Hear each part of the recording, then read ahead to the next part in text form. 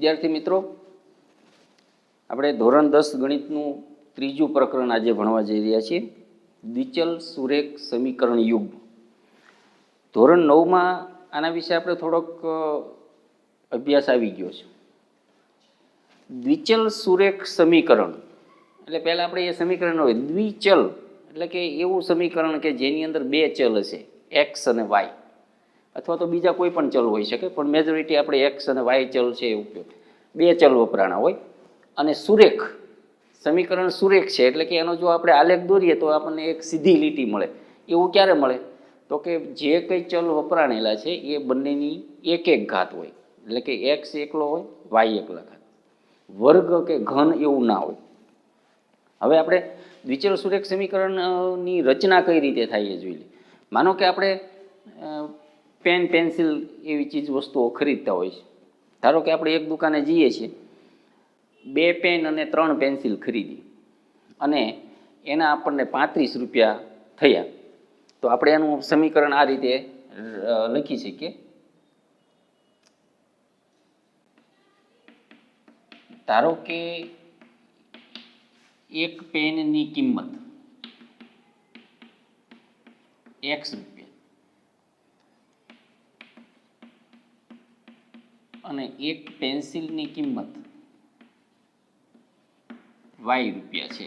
આપણે શું કરીએ છીએ તો કે 2 પેન અને 3 પેન્સિલ ની કુલ કિંમત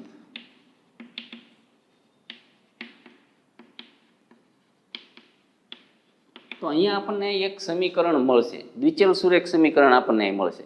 2 પેન, એક પેનના x રૂપિયા છે તો 2 પેનના કેટલા રૂપિયા થશે? 2x. એક પેન્સિલના y રૂપિયા છે તો 3 પેન્સિલના કેટલા થશે? 3y. હવે આ કુલ બે મળીને, 2 પેનના અને 3 પેન્સિલના બંને મળી અને કુલ થાય છે 35. એટલે આપણને આ દ્વિચલ સુરેખ સમીકરણ મળ્યું કહેવાય. 2x + 3y = 35. આવી રીતે કોઈ પણ આપણે ચીજ વસ્તુઓની અંદર બે ચલ હોય એવી કોઈ પણ બે વસ્તુ આપણે ખરીદીએ, નોટબુક અને ટેક્સ્ટ બુક ખરીદી હોય, અન્ય કોઈ પણ ફળફળાદી ખરીદી હોય, શાકભાજી ખરીદી હોય, તો બેનો ખર્ચો આટલો થાય છે તો એના આધારે આપણે આવું સમીકરણની રચના થઈ શકે છે. અને જો એની અંદર એક્સ અને વાય એક એક ચલ વપરાયેલા હોય તો એ સુરેખ સમીકરણ કહેવાય. બે ચલ છે એક્સ અને વાય એટલે એને કહેવાય દ્વિચલ. હવે આપણે જોવાનું શું છે તો કે દ્વિચલ સુરેખ સમીકરણ યુગ્મ. એટલે અહીંયા આવું એક સમીકરણ મળ્યું, બરાબર છે. પણ માનો કે દુકાને આપણે ગયા હોય અને પછી એવું કહીએ કે ભાઈ મારે 2 પેન અને 3 પેન્સિલ જો આપણે ખરીદીએ તો 35 થાય છે, પણ 3 પેન અને 5 પેન્સિલ ખરીદવું તો 55 થાય છે. 3 પેન અને 5 પેન્સિલ એની કુલ કિંમત ₹55 થાય છે. તો આપણને આ હકીકતને આધારે બીજું સમીકરણ મળે કે 3 પેન તો કેટલા થશે? 3x. 5 પેન્સિલ તો 5y બરાબર કેટલા મળ્યા? 55. આને આપણે સમીકરણ 1 કહીએ, આને સમીકરણ 2 કહીએ. તો આ રીતના બે સમીકરણ મળી અને એ દ્વિચલ સુરેખ સમીકરણ યુગ્મ થયું કહેવાય. હવે આપણે દ્વિચલ સુરેખ સમીકરણનું વ્યાપક સ્વરૂપ, સમીકરણ કેવા સ્વરૂપનું હોય? તો વ્યાપક સ્વરૂપ છે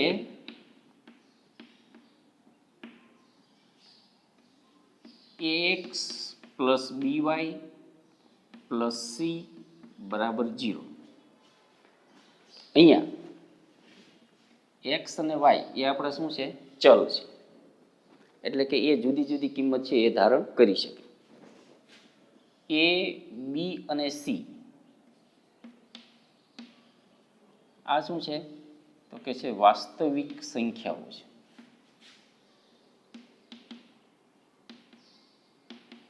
અને સાથે એક બીજી શરત છે કે a અને b બંને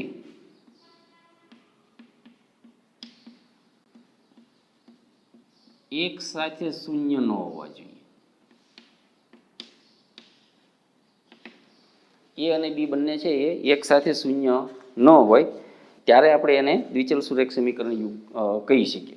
એટલે કે ઘણા સમીકરણ આપણને એવા પણ મળે કે જેની અંદર એક જ ચલ હોય, તો એ વખતે આપણે બીજા ચલનો સહગુણક જે છે એ શૂન્ય છે એમ માની લેવાનું. માનો કે 5x + 4 = 20 એવું કોઈ સમીકરણ આપણને આપ્યું હોય જેમાં y નથી, તો એનો અર્થ કે yની સાથેનો જે સહગુણક છે એ શૂન્ય છે. હવે આપણે જોઈએ સુરેખ સમીકરણ યુગ્મ.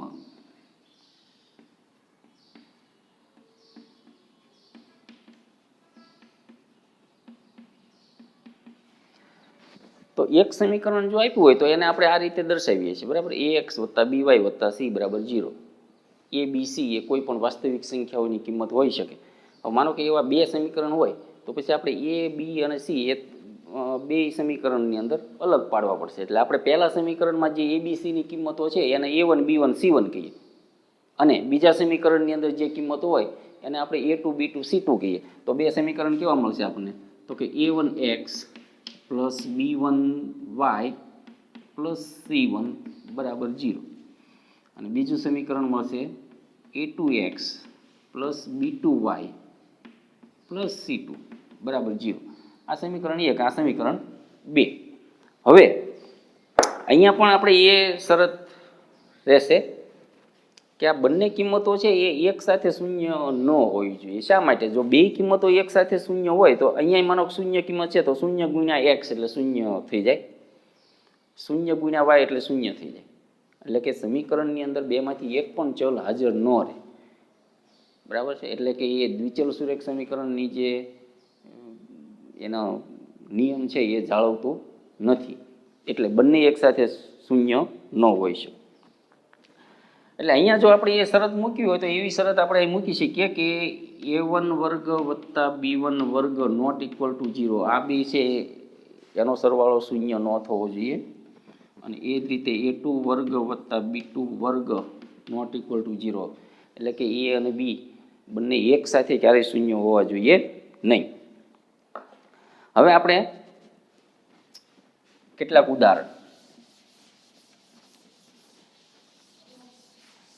ઉદાહરણ જોતા પહેલા આપણે થોડોક ભૂમિતિનો ભાગ, કારણ કે આપણે જોયું ને કે સુરેખ સમીકરણ એટલે શું થશે કે આલેખ દોરશો એટલે આપણને એક રેખા મળશે. હવે આપણને બે સુરેખ સમીકરણ આપ્યા, સમીકરણ યુગ્મ કીધા છે એટલે કે બે રેખાઓ મળશે. હવે બે રેખાઓ જ્યારે મળશે, એક જ આલેખ પેપર ઉપર બે રેખાઓ જ્યારે આપણે દર્શાવતા હોઈશું ત્યારે એમાં જુદી જુદી શક્યતા રહેલી છે. કેવી કેવી શક્યતા રહેલી છે?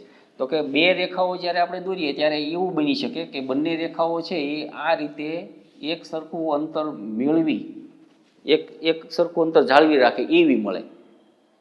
આ કોઈ એક સમીકરણનો ગ્રાફ હોય, આ એક કોઈ સમીકરણનો ગ્રાફ હોય, અને બંને રેખાઓ આપણને આવી રીતે એકબીજાને સમાંતર મળે. બીજી શક્યતા શું રહેશે? તો કે છે બંને રેખાઓ છે આ રીતે આલેખ પેપર ઉપર કોઈને કોઈ એક બિંદુની અંદર છેદતી છે. અહીંયા આપણે જોઈ શકીએ કે જો કોઈ બે રેખાઓ એક બિંદુની અંદર છેદશે પછી આગળ જતા ક્યાંય કોઈ બિંદુની અંદર છેદશે નહીં. એટલે કે એકમાત્ર બિંદુની અંદર જ એ છેદશે. ત્રીજી શક્યતા શું રહી શકે?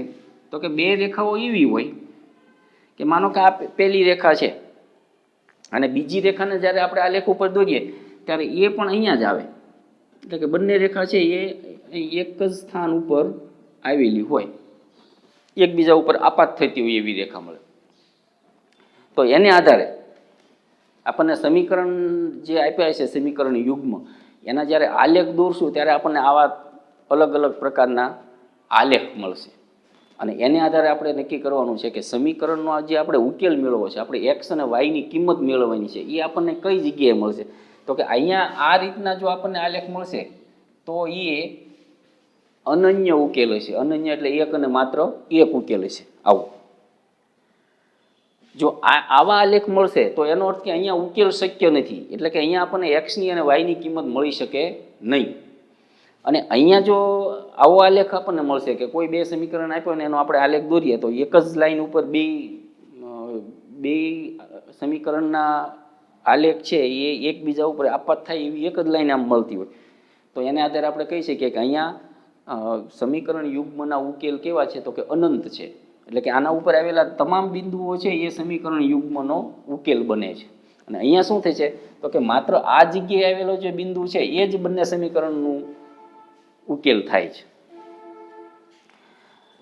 હવે આપણે સમીકરણનો જ્યારે આલેખ દોરવાનો હોય ત્યારે એની આપણે એક્સની અને વાયની કિંમતો પહેલાં લેવી પડે અને એને આધારે આપણે આલેખ પેપરની અંદર એનો આલેખ છે એ દોરી શકીએ.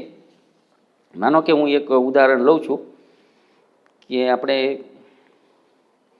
આગળ સમીકરણ એવું છે કે 4x + 6y = 18. આનો આપણે આલેખ દોરવો છે. તો હવે શું કરવાનું, તો સમીકરણને હંમેશા પહેલાં તો એ એકદમ સાદા સ્વરૂપની અંદર હોવું જોઈએ, એટલે કે એના જે ચલ છે એની સાથે જે સંખ્યાઓ વાસ્તવિક સંખ્યાઓ જોડાયેલી છે એ જેમ બને એમ નાના સ્વરૂપમાં, એટલે કે એના સામાન્ય નીકળતો હોય તો સામાન્ય કાઢી અને આપણે એને એનું સંક્ષિપ્ત રૂપ આપી દેવું જોઈએ. એટલે આખું જે સમીકરણ છે એ 2 વડે ભાગી શકાય એવું. આખા સમીકરણને આપણે 2 વડે ભાગી નાખીએ તો શું બની જાય તો કે 2x + 3y = 9. આ બે સમીકરણ સમાન જ કહેવાય, બંને સમીકરણ છે એ સમાન થયા, બરાબર. હવે આને અહીંયાથી આપણે એક્સની અને વાયની કિંમત છે એ મેળવી છે. એટલે આપણે સમીકરણ જે આપેલું છે એમાંથી કોઈ પણ એક ચલનું પહેલાં સમીકરણ બનાવવું પડે. માનો કે વાયનું સમીકરણ બનાવવું છે કે એક્સનું સમીકરણ બનાવી શકીએ. સરળ કયું બને તો જેની સાથે ઓછી સંખ્યા ગુણાયેલી હોય એનું સમીકરણ બનાવવું સહેલું પડે, કારણ કે તો ગણતરી છે એ થોડી ઓછી થાય. એટલે આપણે અહીંયા સમીકરણ આવું બનશે કે 2x = 9 - 3y, અને જેથી x = 9 - 3y/2. આ બે ગુણાકારમાં છે છેદમાં આવી ગયો. હવે આપણે અહીંયા એક્સની અને વાયની કિંમતો લખશું.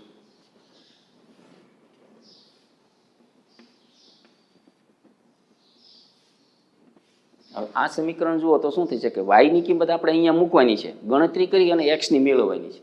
એટલે વાયની અહીંયા આપણે જુદી જુદી કિંમતો ઘણી બધી મૂકી શકીએ, પણ આવું જ્યારે પદ બનેલું હોય ત્યારે આપણે એ ધ્યાનમાં રાખવાનું કે સરળતા શેમાં રહે છે. એટલે માનો કે જો છેદમાં 2 આવ્યા છે તો ઉપરની ગણતરી જે છે આટલી 9 - 3y, આની ગણતરી જો બેકી સંખ્યામાં આવે તો 2 વડે છેદ ઉડી જાય, તો પછી આપણે અપૂર્ણાંક છે એ નીચે આવશે નહીં. તો એવી આપણે કઈ કઈ કિંમતો લઈ શકીએ એ આપણે પહેલાં જોઈએ. સૌથી પહેલાં તો માનો કે y બરાબર હું છે એ અહીંયા 3 મૂકી દઉં, તો અહીં શું થઈ જાય 3 × 3 એટલે 9, 9 - 9 એટલે 0, અને 0/2 એટલે 0 થઈ ગયું.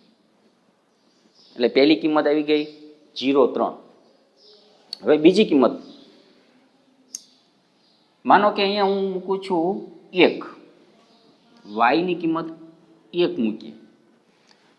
1 મૂકવાથી શું થાય તો કે 3 × 1 એટલે 3, 9 - 3 એટલે 6, અને 6/2 એટલે અહીંયા આ કિંમત આવી 3.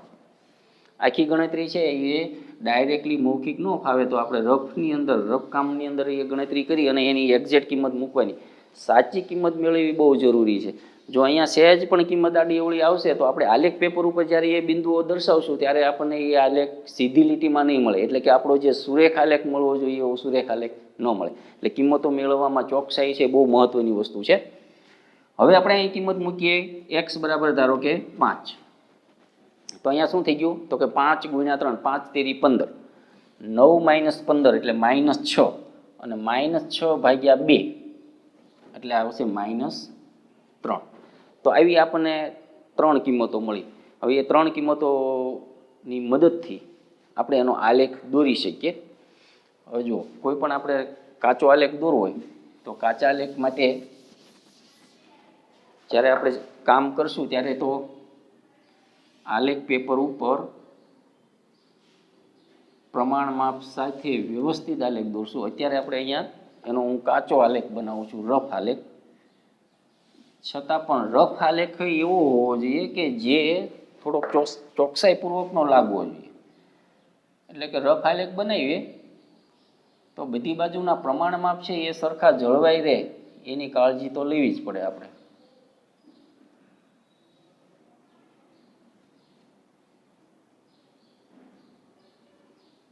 ચાલો હવે અહીં કિંમતો હું દર્શાવી દઉં. આ બાજુ ધન કિંમતો આવશે, એક્સ અક્ષ છે, આ વાય અક્ષ છે, અહીંયા પણ બધી ધન કિંમત આવે. આ સાઈડ છે એ માઇનસ કિંમત આવશે, એ જ રીતે અહીંયા માઇનસ કિંમત આવશે. હવે જો આ જ્યારે આપણે આવો કાચો આલેખ બનાવતા હોય અથવા તો તમે ગ્રાફ પેપરની અંદર એનો પાકો આલેખ, પાકો એટલે કે ફેર આલેખ આવો બનાવતા હોય ત્યારે શું કરવાનું, પહેલાં તો એક્સ અને વાય અક્ષની જે આડી ઊભી લીટીઓ દોરીએ છીએ, પછી અહીં કિંમત લખવામાં ઘણા બધા વિદ્યાર્થીઓ બહુ જ ભૂલો કરે છે. ઘણાને જો અહીં ઘાટી લીટી આપણે આલેખ પેપરમાં તો બહુ વ્યવસ્થિત આપેલી હોય છે, એટલે દરેક ઘાટી લીટી દીઠ આપણે આંકડા લખવાના, છતાં ઘણા વિદ્યાર્થીઓને એ અવળા આંકડા, એટલે અહીં આ બાજુ મોટા આંકડા લખ્યા હોય, છેલ્લે ઉતરતા ક્રમની અંદર આંકડા જતા હોય, એવું ન બને એનું ખાસ ધ્યાન રાખવાનું છે. આ પ્રમાણેનો આપણો આલેખ હોવો જોઈએ. હવે આપણે કિંમતો દર્શાવી દઈએ. તો એક્સની કિંમત જ્યારે 0 હોય ત્યારે વાયની કિંમત 3 છે.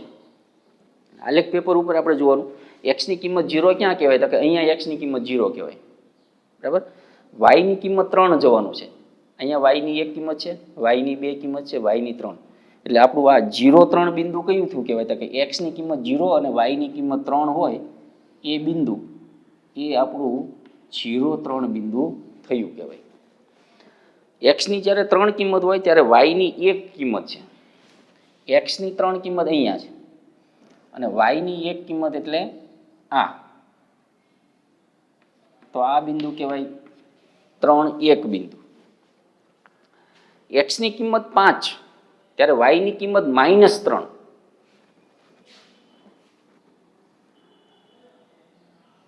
તો એ બિંદુ આવશે આપણું સમીકરણ જે છે ને એની અંદર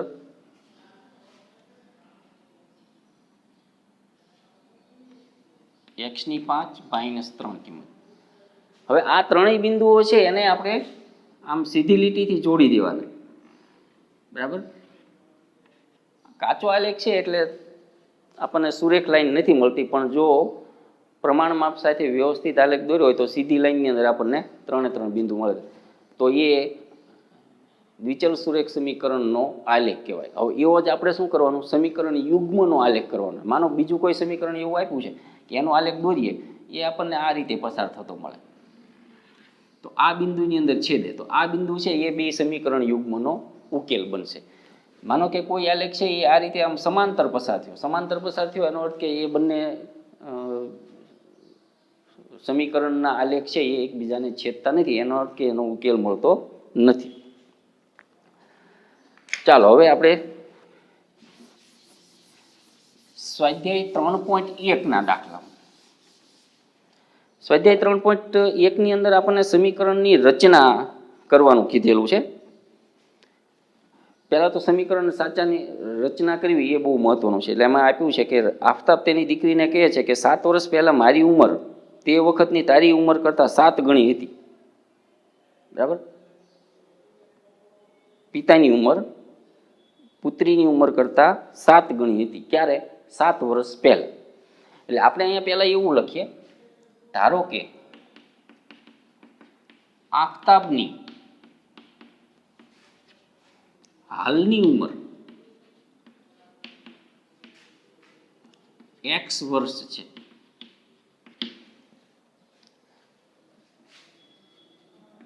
અને પુત્રીની હાલની ઉંમર y વર્ષ. 7 વર્ષ પહેલા આફતાબની ઉંમર પુત્રીની ઉંમર કરતા 7 ગણી છે. 7 વર્ષ પહેલા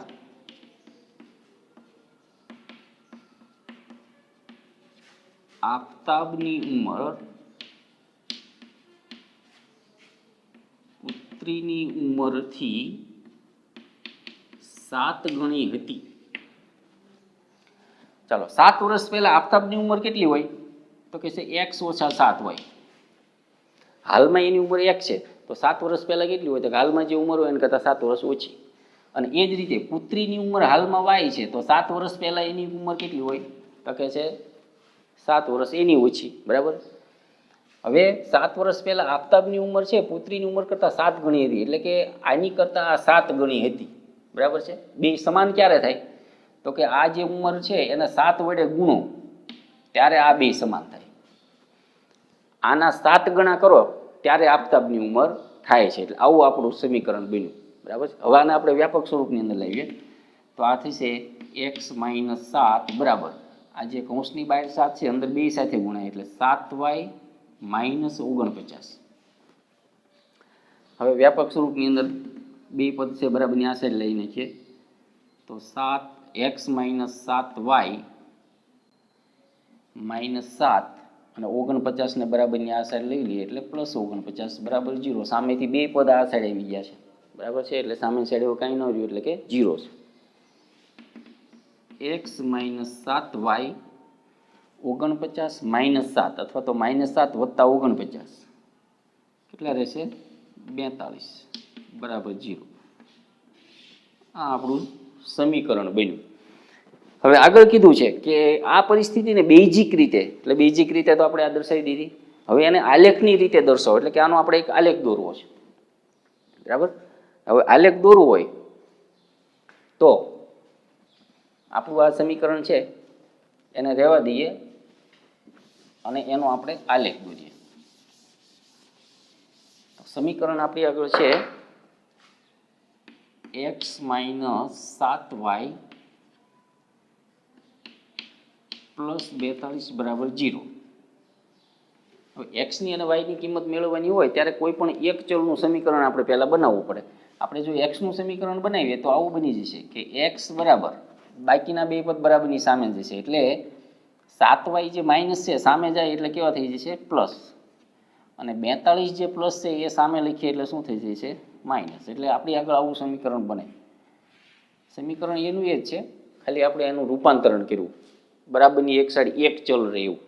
હવે આની મદદથી શું સરળતા રહેશે તો કે વાયની જુદી જુદી કિંમત લઈ અને એક્સની કિંમત આપણે મેળવી શકીએ. તો હવે એ પ્રમાણે આપણે એક્સનું અને વાયનું ટેબલ બનાવીએ. એક્સની કિંમતો લખશું અહીંયા વાયની કિંમતો લખશું. ચાલો એક્સનું સમીકરણ છે એટલે વાયની આપણે કિંમતો લેવાની અને એને આધારે એક્સની કિંમત આપણને ગણતરી કરીને મેળવવાની. માનો કે અહીંયા આપણે વાય બરાબર સૌથી પહેલાં તો વાય બરાબર છે એ 2 લઈએ તો 2 મૂકવાથી શું થશે તો કે 7 દુ 14 અને 14માંથી 42 બાદ કરવાના બરાબર છે. તો 14માંથી 42 બાદ કરીએ એટલે કેટલા રહેશે તો કે -28. ચાલો હવે બીજી કિંમત લઈએ. માનો કે વાયની કિંમત આપણે 6 લઈએ છીએ.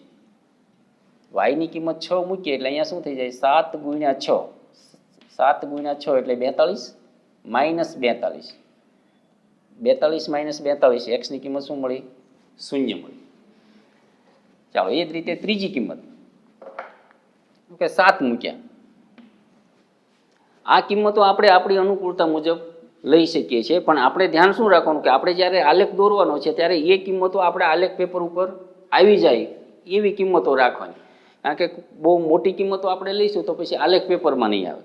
એટલે અહીંયા તો આપણે કોઈ પણ કિંમત આપણી અનુકૂળતા મુજબ લઈ શકીએ છીએ. હવે 7 લઈએ તો 7 ગુણ્યા 7 એટલે 7 ગુણ્યા 7 49 -42 એટલે અહીંયા કિંમત મળી આપણને 7. હવે એ જ રીતે આપણે અહીંયા ઋણ કિંમત પણ લઈ શકીએ પણ જો ઋણ કિંમત લઈશું ને તો એ માઇનસમાં મોટી કિંમત આવશે કે જે આપણે આલેખ પેપર ઉપર ન આવી શકે. એટલે એવું સમીકરણને પહેલાં ઓળખી કેવી કિંમત મૂકવાથી કેવું મળે છે એ પ્રમાણે આપણે ચાલવાનું. હવે વાયની કિંમત 8 મૂક્યા હોય તો 8 ગુણ્યા 7 56 અને એમાંથી આપણે 42 બાદ થશે તો અહીંયા આપણને મળશે 14 બરાબર. આ રીતનું આપણને કિંમત મળી છે. હવે જ્યારે આ લેખ દોરીએ ત્યારે અહીંયા આપણે પ્રમાણમાં મોટું રાખવું પડશે કારણ કે એક્સની કિંમતમાં આપણે -28 આમ જઈએ છીએ 14 સુધી બરાબર છે. એટલે માનો કે આપણે 5-5નું પ્રમાણમાં આપણે રાખ્યું હોય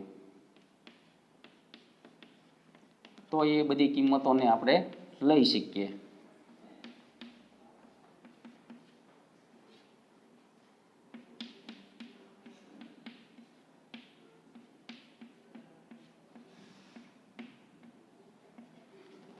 વાય અક્ષ ઉપર જેવું છે 8 સુધી એટલે ત્યાં આપણે પ્રમાણમાં 2 નું રાખીએ.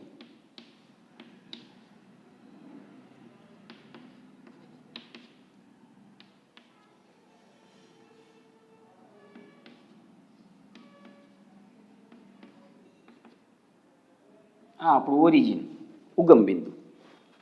ચાલો હવે આનો આલેખ આપણે દૂર હોય તો વાયની જ્યારે બે કિંમત એક્સની -28, પહેલાં તો એક્સની -28 કિંમત ક્યાં આવે એ પહેલાં જોવું પડે. તો એક્સ અક્ષ ઉપર -25, અહીંયા -30, તો એની વચ્ચે 5 કાપા હશે. એટલે આપણે પછી 25 પછીના કાપા ગણવાના, 26, 27, 28, બરાબર છે. એ 28 વાળી આખી ઊભી લીટી છે ત્યાં આગળ આખી લીટી ઉપર એક્સની કિંમત -28 કહેવાય. હવે ત્યાં વાયની બે વાળી લીટી ક્યાં આવશે? તો કે વાયની બેની કિંમત અહીંયા બેમાંથી પસાર થતી આખી વાયની લીટી છે એના ઉપર વાયની કિંમત 2 ગણાય. હવે એ બંને જ્યાં છેદે છે આ કિંમત જે આપણી આવી એ કહેવાય -28 2. એટલે કે એક્સની કિંમત -28 છે અને વાયની કિંમત 2 છે. ચાલો બીજું બિંદુ છે x0 તો y6. x0 એટલે અહીંયા ઉગમ બિંદુ, આ બાજુ જાવ તો એક્સની ધન કિંમત, આ બાજુ ઋણ કિંમત, આ આપણું x0 અને વાયની કિંમત 6 વાય અક્ષ ઉપર મળે. આ છે 0 6 બિંદુ. ત્રીજી કિંમત છે 7 7, એટલે કે એક્સની કિંમત 7, અહીંયા 5 અને 10 બંને વચ્ચે કાપા 5 હશે એટલે દરેક કાપો એક એક દર્શાવે છે. 5 પછી એક કાપો 6, પછીનો બીજો કાપો એટલે 7. અને એ જ રીતે વાય એક્સ ઉપર જાઓ તો 6 અને 8ની વચ્ચેનું બિંદુ, અહીંયા 6 છે અહીંયા 8 છે, 7 ક્યાં આવશે? તો કે 6 અને 8ની વચ્ચે. તો આ જે બિંદુ જે મળે છે એ આપણું થઈ ગયું 7 7 બિંદુ. પછીની કિંમત છે એક્સની 14 હોય તો વાયની 8, 14 એટલે 15 કરતાં એક કાપો ઓછો અને અહીંયા આવે 8. આ છે આપણું 14 8 બિંદુ. જો ચારેય બિંદુઓ છે આપણને મળી ગયા છે, બરાબર છે. અને ચારેય બિંદુઓની અંદરથી પસાર થતી હોય એવું માપપટ્ટી વડે સુરેખ લાઈન દોરવાની. હાથે આમ પેન્સિલ ફેરવીને નહીં દોરી નાખવાની, માપપટ્ટી ચારેય બિંદુમાં બરાબર ગોઠવી અને એકદમ સુરેખ લાઈન છે આપણી મળવી જોઈએ. ગ્રાફ પેપરની અંદર જ્યારે કામ કરતા હોય ત્યારે બહુ વ્યવસ્થિત રીતે આ વસ્તુ છે એ દર્શાવાય. તો આવી રીતે આપણે જે સમીકરણ આપ્યા હોય તો એના આલેખ દોરવાના છે, બરાબર. હવે અહીંયા આપણને એક સમીકરણ આપેલું હતું. આપણે આગળ જ્યારે ગ્રાફની રીતે ઉકેલ મેળવવાના આવશે ત્યારે આપણને આવા બે સમીકરણ આપ્યા, સમીકરણ યુગમાં આપ્યું છે, બરાબર છે. તો જે રીતે એક સમીકરણનું આવું ખાનું બનાવ્યું એવું જ બીજા સમીકરણનું ખાનું બને. આ એક આલેખ મળ્યો છે એવો જ બીજો આલેખ મળે. હવે બંને લાઈનો જે જગ્યાએ છેદતી હોય ત્યાં આગળ આપણે એક્સની વાયની કિંમત મેળવી લેવાની, એ આપણો સમીકરણ યુગ્મનો ઉકેલ કહેવાય. એટલે આ રીતે આખું પ્રકરણ જે છે સમીકરણ યુગ્મ, દ્વિચલ સુરેખ સમીકરણ યુગ્મ, એ આમ ગણો તો ખૂબ જ સહેલું છે, કારણ કે આમાં બહુ એવી લાંબી ગણતરી હોતી નથી. માત્ર થોડુંક નિશાની, થોડુંક સાદુરૂપ આપવામાં એમાં કાળજી લેવાની રહે. આલેખ દોરતા હોય તો આલેખના બિંદુઓ દર્શાવવાની અંદર થોડી કાળજી લેવાની. હવે બીજો એક દાખલો છે. ક્રિકેટ ટીમના પ્રશિક્ષક 39 રૂપિયામાં 3 બેટ અને 6 દડા ખરીદે છે. હવે અહીંયા જે બે ચલ વપરાણા છે એ બે કઈ કઈ વસ્તુ માટે? તો કે બેટ અને દડા એની કિંમત છે એ આપણા ચલ થયા. બેટ અને એક દડાની કિંમત કેટલી છે આપણે જાણતા નથી.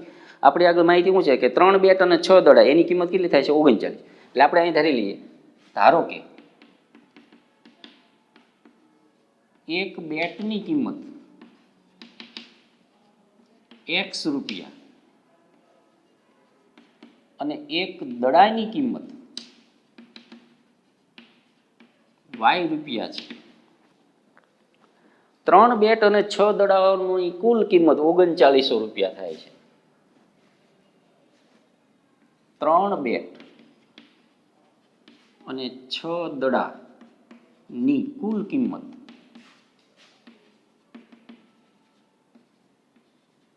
3900 રૂપિયા થાય છે. અહીંયા આપણું આ સમીકરણ આ વિગતને આધારે બનાવવાનું કે એક બેટની x રૂપિયા, તો 3 બેટની કેટલી થાય? તો કે 3x. એક દડાઈની કિંમત y રૂપિયા, તો 6 દડાઈની કેટલી થાય? 6y. બંને થઈને કુલ કેટલા થાય છે? તો 39. એટલે આ બંનેનો સરવાળો આપણને મળે છે 3900 રૂપિયા.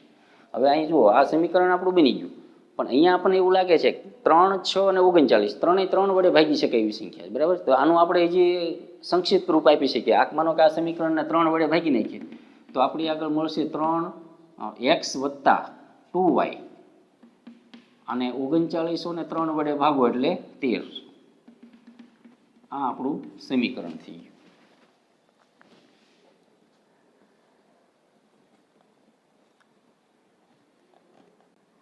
હવે પછી આગળ છે કે એ જ પ્રકારનું 1 બેટ અને 3 દડા એ 1300 રૂપિયામાં ખરીદે છે. આ જ પ્રકારનું બેટ અને દડા, પણ 1 બેટ અને 3 દડા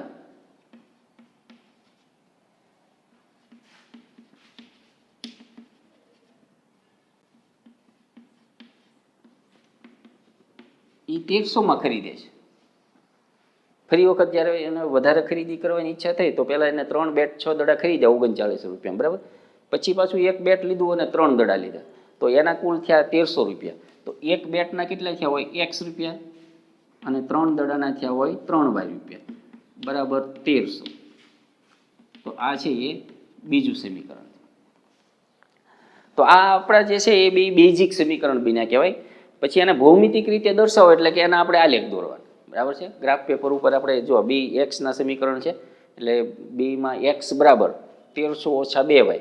અહીંયા આપણને બનશે એક્સ બરાબર તો કે 1300 - 3y, અને ઓછામાં ઓછી 2 કે 3 કિંમતો લઈ અને એને આપણે ગ્રાફ પેપર ઉપર દોરી શકીએ. તો એ રીતે આપણે એનું સમીકરણ મળશે.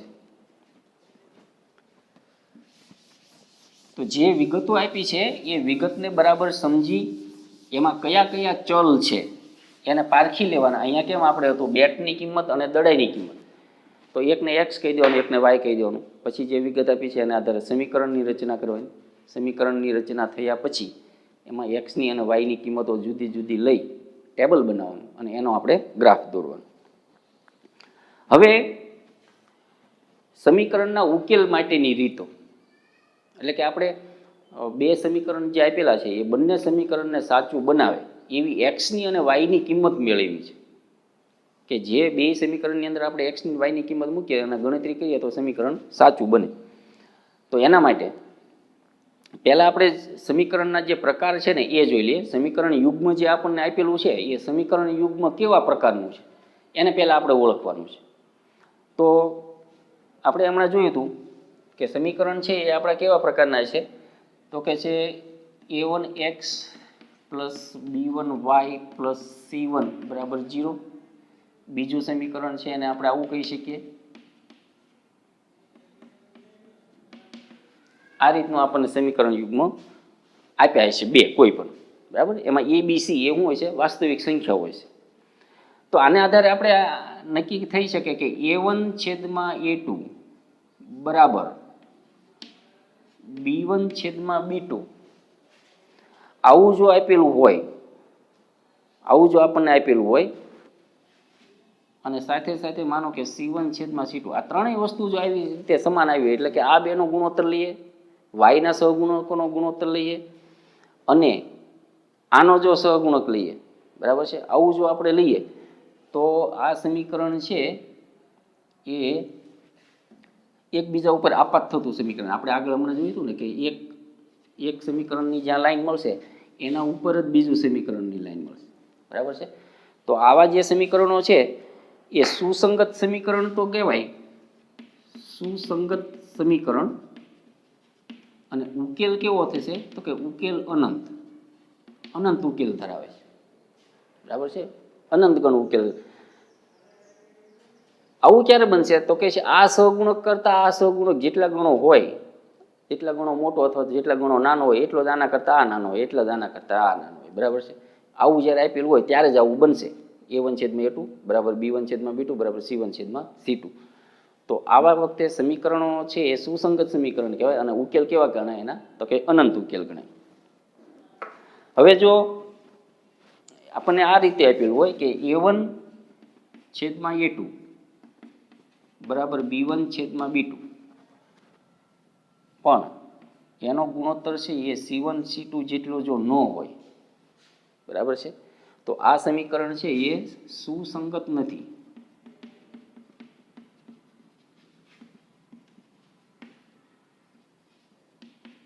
ઉકેલ કેવો થશે?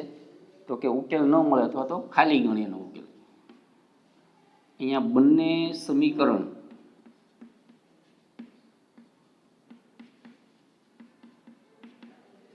કેવું હોય છે? તો કે સમાંતર છે.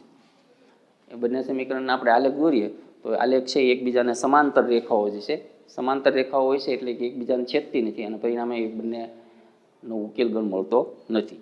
હવે આપણી મહત્વની બાબત અહીંયા કે જો છેદતી રેખા હોય તો શું હોય? તો કે A1 છેદમાં A2 not equal to B1 છેદમાં B2. જો આ હકીકતનું પાલન થતું હોય તો સમીકરણ છે એ સુસંગત છે અને ઉકેલ કેવો છે? તો કે અનન્ય ઉકેલ ધરાવે છે. અનન્ય એટલે કે એક અને માત્ર એક, એટલે કે એક્સની અને વાયની એક એક કિંમત આપણને એવી મળશે કે જે સમીકરણને સાચી બનાવે. એટલે આપણે જો સમીકરણ આપેલા હોય અને એ સુસંગત છે કે નહીં એવું જો નક્કી કરવાનું આવે તો પછી બંને સમીકરણની અંદરથી આપણે આ કિંમતો લઈ લેવી પડે કે પહેલા સમીકરણનો એક્સનો સહગુણક આને A1 ગણીએ, આને B1 ગણીએ, આને C1 ગણીએ.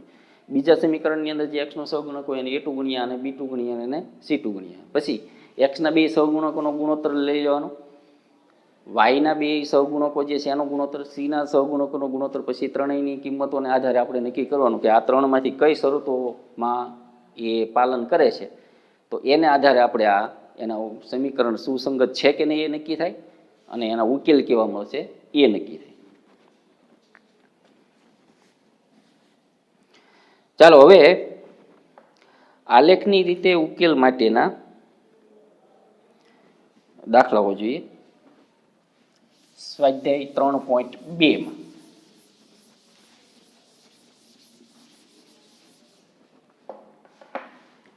સ્વાધ્યાય 3.2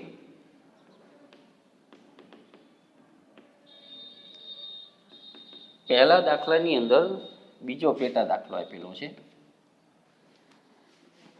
5 પેન્સિલ અને 7 પેન એની કુલ કિંમત 50 છે. ધારો કે એક પેન્સિલની કિંમત X રૂપિયા અને એક પેનની કિંમત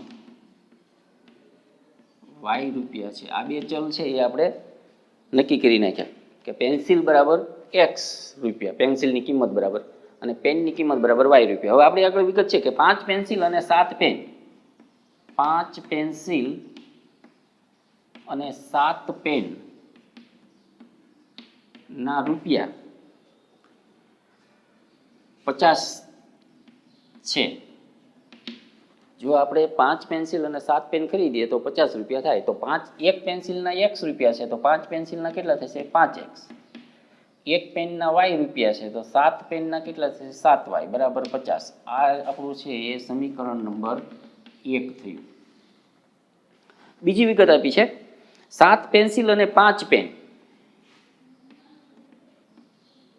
7 પેન્સિલ અને 5 પેન ના રૂપિયા 46 થાય છે. 7 પેન્સિલ અને 5 પેનના 46 રૂપિયા થાય છે. તો એ સમીકરણ આપણું બન્યું 7X વત્તા 5Y બરાબર 46. આને આપણે કહી દઈએ સમીકરણ નંબર 2. હવે આપણે આને આલેખની રીતે ઉકેલ શોધવાનો. સાચા સમીકરણ બન્યા હોય પછી આગળ હમણાં જે કોષ્ટક બનાવ્યું હતું એક્સનું અને વાયનું એ રીતે આપણે એને કોષ્ટક બનાવવાનું રહે. પહેલા એક સમીકરણનું આપણે જોઈએ તો 5X વત્તા 7Y બરાબર 50 આપેલું છે. આમાંથી કોઈ પણ એક ચલનું આપણે સમીકરણ બનાવવાનું હોય. માનો 5Xનું સમીકરણ બનાવીએ તો 7Y ને બરાબરની સામે સાઈડ લઈ જવા પડે. તો 5X બરાબર થાય 50 માઇનસ 7Y, જેથી X બરાબર 5 ગુણાકારમાં છે એ આવશે અહીંયા નીચે. પછી આપણે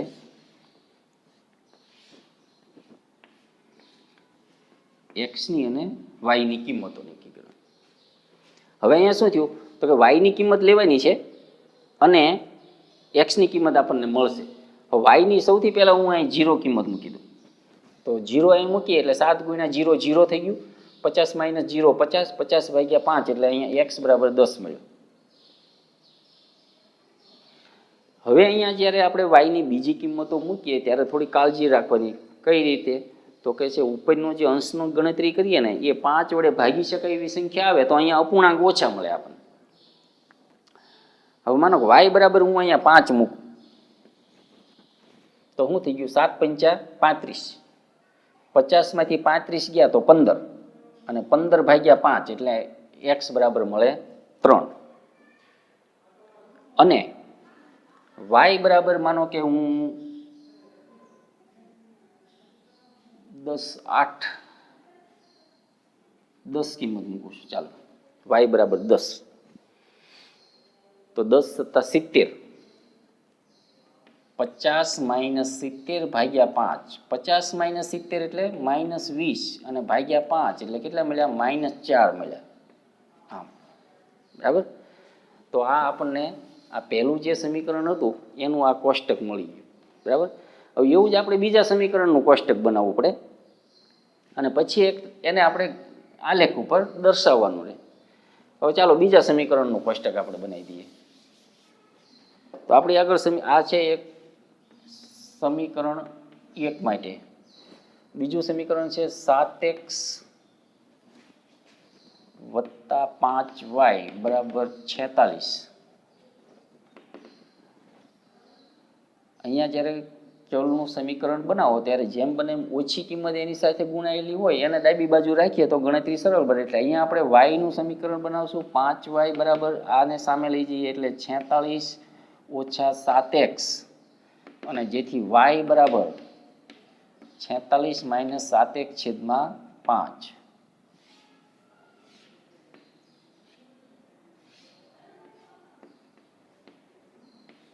હવે અહીંયા કિંમતો મેળવી. અહીંયા પણ આપણે એ કાળજી રાખશું કે જેથી ઉપરની ગણતરી છે બને ત્યાં સુધી 5 વડે ભાગી શકાય એવી સંખ્યાઓ મળે. ચાલો પહેલી એક્સની કિંમત આપણે 3 લઈએ. તો અહીંયા 3 મૂકવાથી શું થાય 7 તેરી 21, 46 માંથી 21 બાદ કરો તો કેટલા વધે 25 અને 25 ભાગ્યા 5 એટલે 5. 6 મૂકીએ તો 42, 4 છે 7 49, 8 56. એક્સની કિંમત આપણે 8 લઈએ. ચાલો 8 મૂકશો એટલે શું થશે તો કે છે 46 માઇનસ 8 છતાં 56 છેદમાં 5. 46 માઇનસ 56 એટલે માઇનસ 10 છેદમાં 5 એટલે કે માઇનસ 2. હવે જે આવું બહુ જટિલ ગણતરી વાળું લાગે, થોડુંક ઓકવર્ડ લાગતું હોય ગણતરીની અંદર, તો ઓછામાં ઓછી 2 કિંમત હોય તોય કોઈ વાંધો નથી. કારણ કે કોઈ પણ સુરેખ રેખા દોરવા માટે 2 બિંદુ જરૂર છે. એટલે ત્રીજું કદાચ ગણતરીની અંદર મળે, સહેલાઈથી આંકડો મળતો હોય તો કરવાનું, નહીતર 2 બિંદુ છે એ આપણા માટે ઇનફ છે. હવે આપણે એને ગ્રાફ દ્વારા, આલેખ દ્વારા દર્શાવીએ. તો આ સમીકરણ 1નું ટેબલ હતું, આ છે એ સમીકરણ 2નું ટેબલ છે. હવે હું અહીંયા ગ્રાફ પેપર આપણે જોઈ લઈએ.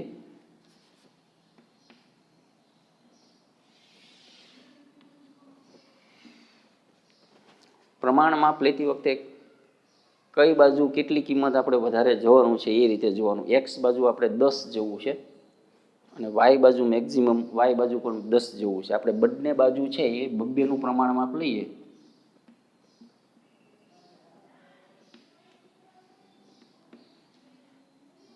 તો આવું થશે.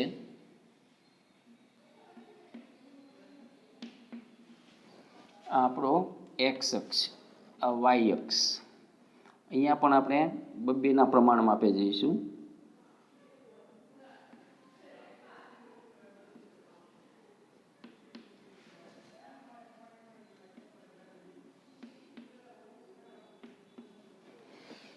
ચાલો હવે પહેલા આપણે પહેલા ટેબલ જે આપ્યું પહેલા સમીકરણનું એને આધારે એની કિંમતો પહેલાં દર્શાવી દઈએ. તો એક્સની કિંમત જ્યારે 10 ત્યારે વાયની કિંમત 0. એક્સની 10 કિંમત અહીંયા છે અને વાયની 0 કિંમત આ, એટલે આ જે કિંમત છે એક્સ અક્ષ ઉપરની આ કિંમત એ આપણી થઈ ગઈ 10 0 સોરી, એક્સની 10 અને વાયની 0. બીજું છે એક્સની 3 કિંમત હોય ત્યારે વાયની 5.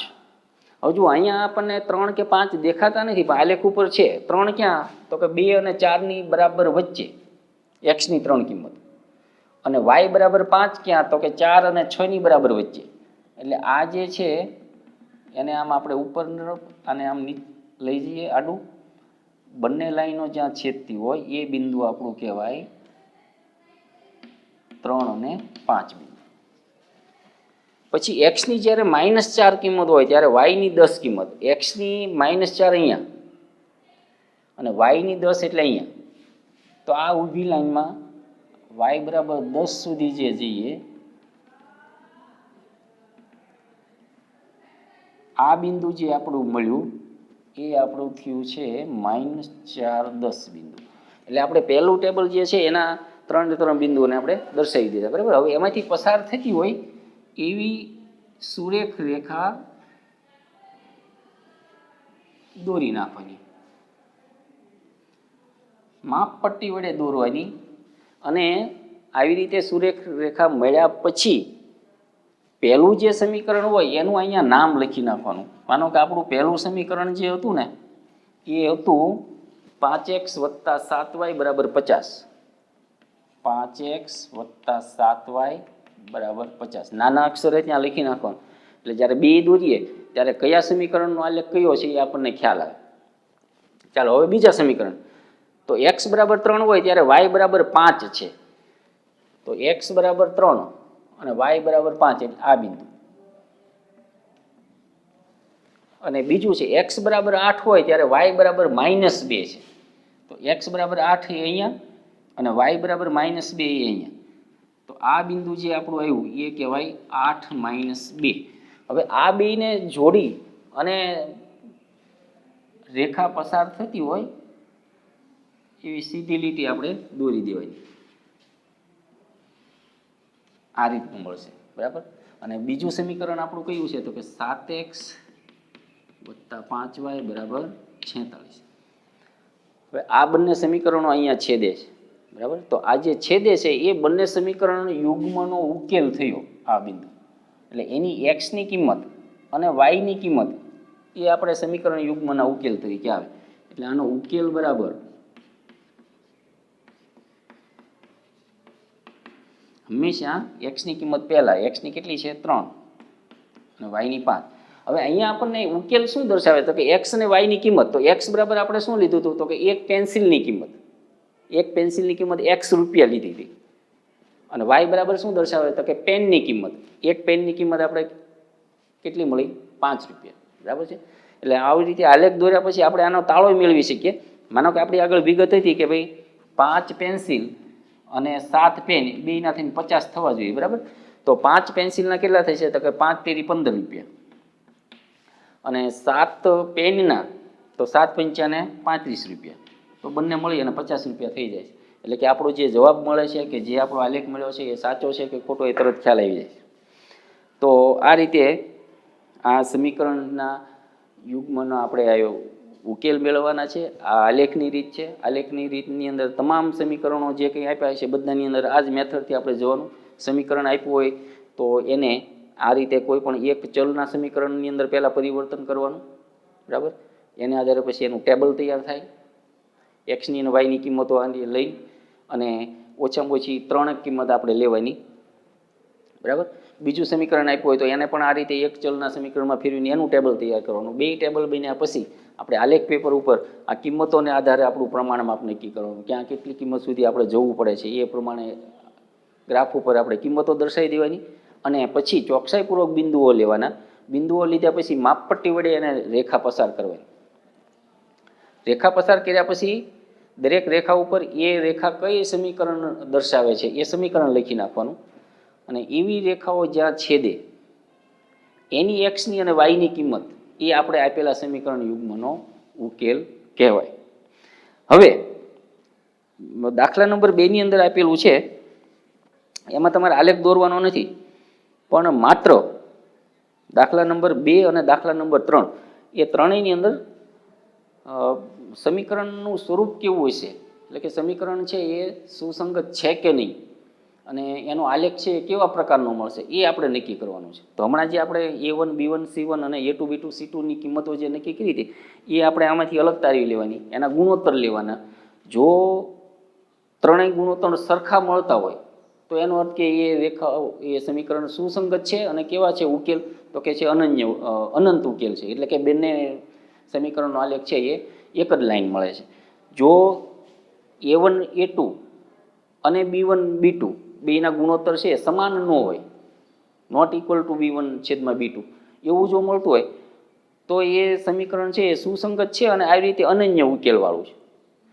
જો A1 A2 બરાબર B1 B2 આપેલું હોય અને એની કિંમત જો C1 C2 ના ગુણોત્તર જેટલી ન થતી હોય તો પછી એ સમીકરણો કહેવાય છે તો કે બંને એકબીજાને સમાંતર છે, એટલે કે એ સમીકરણ સુસંગત નથી અને એનો કોઈ ઉકેલ મળતો નથી.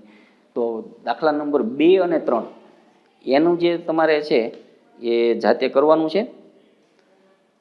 અને પછી દાખલા નંબર 4ની અંદર એમાં પણ દાખલા નંબર 2 અને 3 જેવી જ પ્રોસેસ કરવાની, સુસંગત છે કે નહીં એ નક્કી કરવાનું, પણ એમાં આગળ જઈ અને એનો આપણે આલેખ દોરવાનો છે. એટલે દાખલા નંબર 2 અને 3 એ કામ છે એ તમારે કરવાનું. નેક્સ્ટ ટાઈમ પછી આપણે એ જોઈશું.